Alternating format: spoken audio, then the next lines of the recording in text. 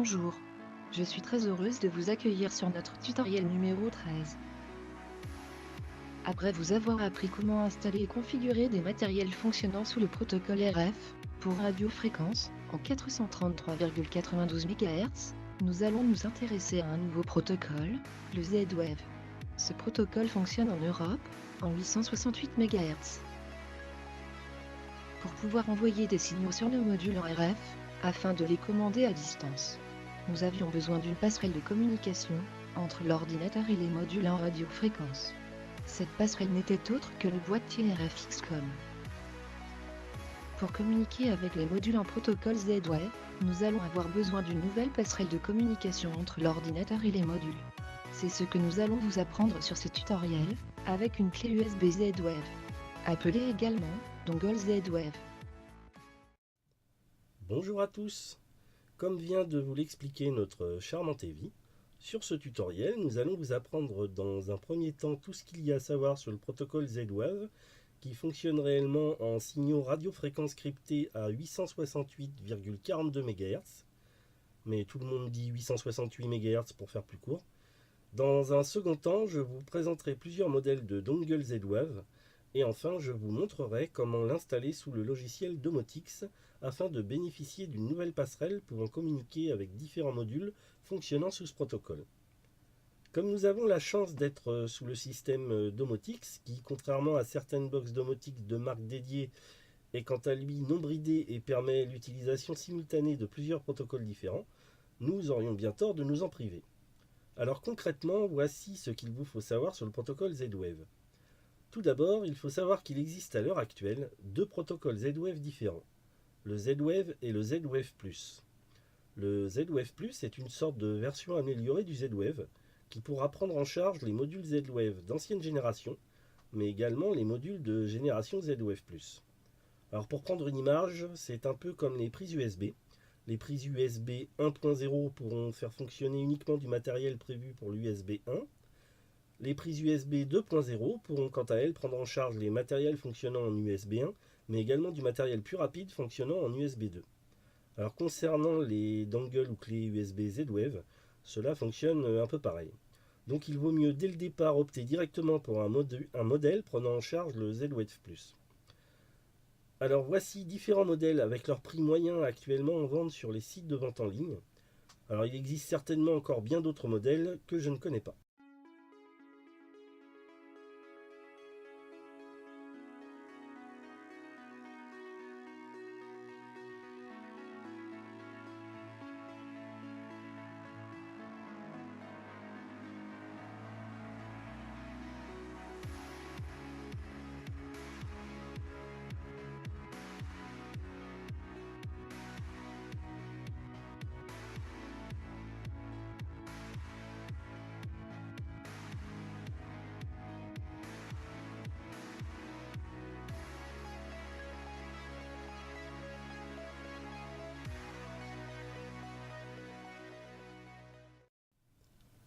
Pour ma part, j'ai opté pour la moins chère des clés Z-Wave Plus du marché, celle de marque Eversprint, qui me donne entière satisfaction depuis plus d'un an d'utilisation.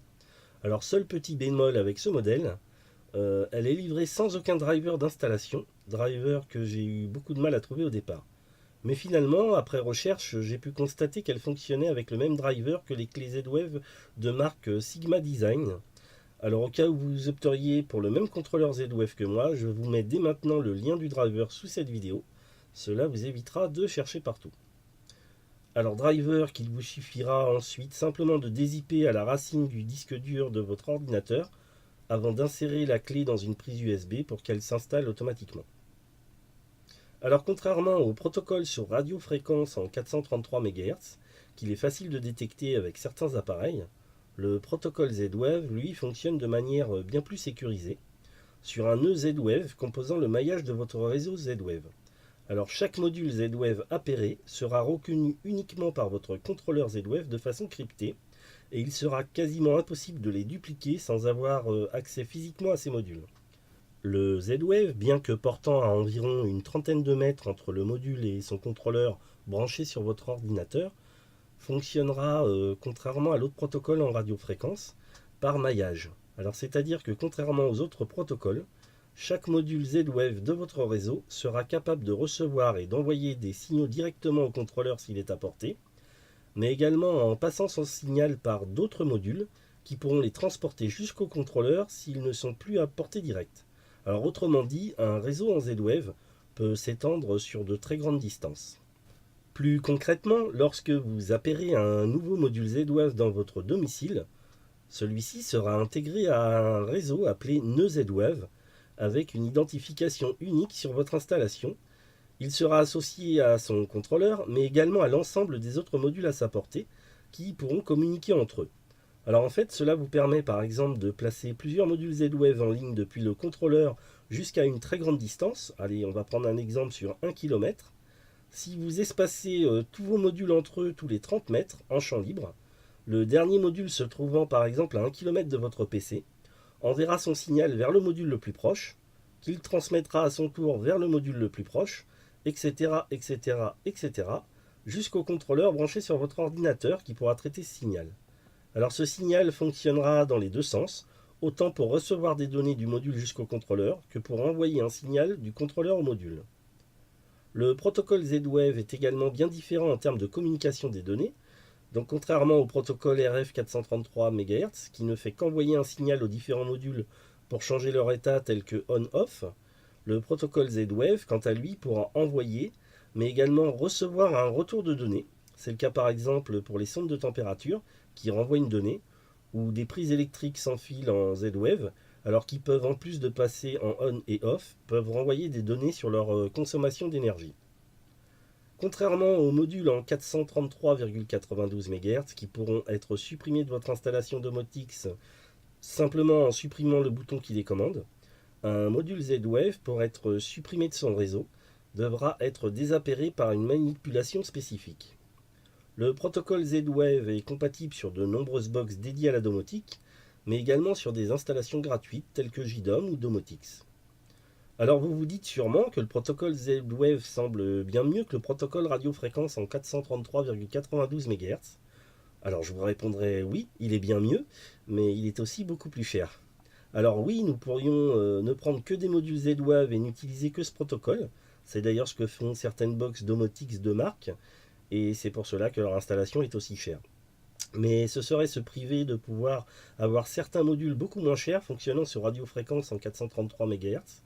Alors je vous le rappelle, mon but au départ était d'avoir l'installation la plus évolutive, mais également la moins chère possible. Alors en jouant avec différents protocoles, cela permet justement d'ajuster au mieux le rapport qualité-prix de l'ensemble de son installation. Alors je vais vous donner un exemple. Si par exemple vous avez besoin d'un simple module de détection de mouvement dans une pièce pour vos besoins spécifiques, il sera tout de même bien plus judicieux d'acheter un module en radiofréquence à 433,92 MHz à moins de 10 euros que d'acheter le même module en Z-Wave à 30 ou 40 euros pour avoir exactement le même usage. Les fréquences de 433,92 MHz et de 868,42 MHz pour le Z-Wave sont des fréquences réservées aux pays européens, donc comme la France.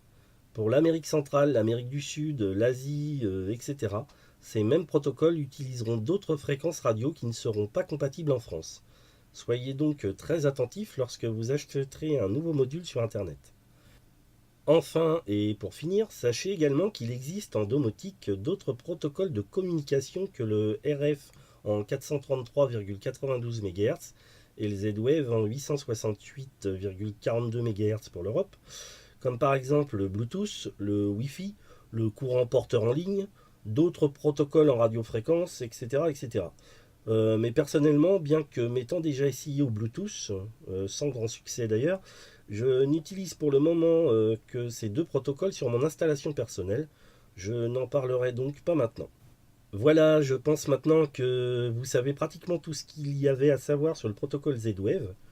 Nous passons donc à la dernière partie de ce tutoriel avec l'installation de notre nouveau contrôleur. Donc une fois que vous aurez installé vos drivers, donc c'est pas compliqué, cette petite clé vous la prenez, vous avez juste à l'insérer dans une prise USB de votre ordinateur. Voilà, et une fois le driver installé, il va s'installer, enfin une fois le driver sur votre ordinateur, la clé va se détecter, le driver va s'installer tout seul et déterminer un port série tout seul. Alors ce n'est pas très compliqué, nous ouvrons notre logiciel Domotix, nous allons dans l'onglet Réglages, dans l'onglet Matériel. Donc après avoir installé éventuellement le driver de votre dongle Z-Wave, donc vous l'insérez dans la prise USB de l'ordinateur et donc vous allez aller ici, vous allez rajouter un matériel supplémentaire comme nous l'avions déjà fait pour le RFXCOM et comme nous l'avions fait pour une station météo. Alors c'est pas compliqué, on lui donne un nom, donc là ça va être la... Alors vous pouvez mettre dongle Z-Wave, passerelle Z-Wave, enfin un nom un peu parlant qui va vous identifier immédiatement le matériel. Dans le type, alors vous vérifiez pareil que c'est activé, vous donnez un nom, le nom que vous voulez. Dans le type, vous allez chercher, là ce coup-ci on va aller chercher, comment ça s'appelle, je pense que c'est OpenZWave, voilà. Vous cliquez sur OpenZWave USB, alors peu importe la clé ou le dongle que vous utilisez en Z-Wave, ça va marcher pareil. Une fois que votre driver sera installé et votre clé installée, normalement vous avez directement le COM ici.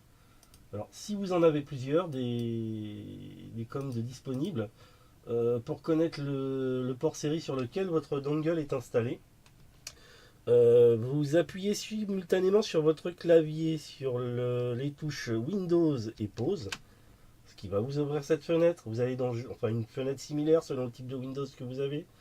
Vous allez dans gestionnaire de périphériques, qui va vous ouvrir ensuite cette fenêtre là. Vous allez là dans Portcom LPT. Alors bon, moi j'ai plus que le 6 là parce que du coup voilà, j'ai retiré le RFXCOM de l'ordinateur de mon bureau, je l'ai remis dans ma salle. Mais bon, du coup voilà, voilà, bon là vous aurez plusieurs coms. Donc voilà, le dernier, vous vérifiez avant, vous vérifiez après, et le dernier com que vous avez, c'est votre dongle Z-Wave. Alors, donc bref, là on est sur le com 6, on fait le com 6, vous faites ajouter, et ça vous ajoute votre dongle Z-Wave, donc un matériel supplémentaire, un contrôleur supplémentaire en fait. Là vous voyez, vous aviez le RFXCOM, vous aviez une ou plusieurs stations météo, comme je vous ai expliqué dans un précédent tutoriel, et là maintenant vous avez votre dongle Z-Wave. Par la suite, je vous expliquerai dans les prochains tutos. Ici, ce sera pour rajouter du matériel fonctionnant en Z-Wave. Donc voilà, le tutoriel est déjà terminé. Merci encore de nous avoir suivis sur ce nouveau tutoriel. Rassurez-vous, nous sommes loin d'en avoir terminé, plusieurs autres suivront. Un grand merci à tous ceux qui se sont déjà abonnés à notre chaîne. Pour ceux qui ne le sont pas encore, il vous suffit juste de cliquer sur le logo du hibou en bas à droite. En vous abonnant à notre chaîne, vous serez immédiatement informé de l'ajout de nouvelles vidéos. Pour notre prochain tutoriel, le tutoriel numéro 14 qui est déjà en préparation, nous allons vous apprendre comment appairer votre premier module en Z-Wave, dont la procédure est bien différente de celle des autres modules en radiofréquence. Pour ce nouveau protocole, nous commencerons par l'installation d'un module contrôleur, RGBW, de la marque Fibaro, pour prendre le contrôle d'un ruban LED. Merci, et à bientôt.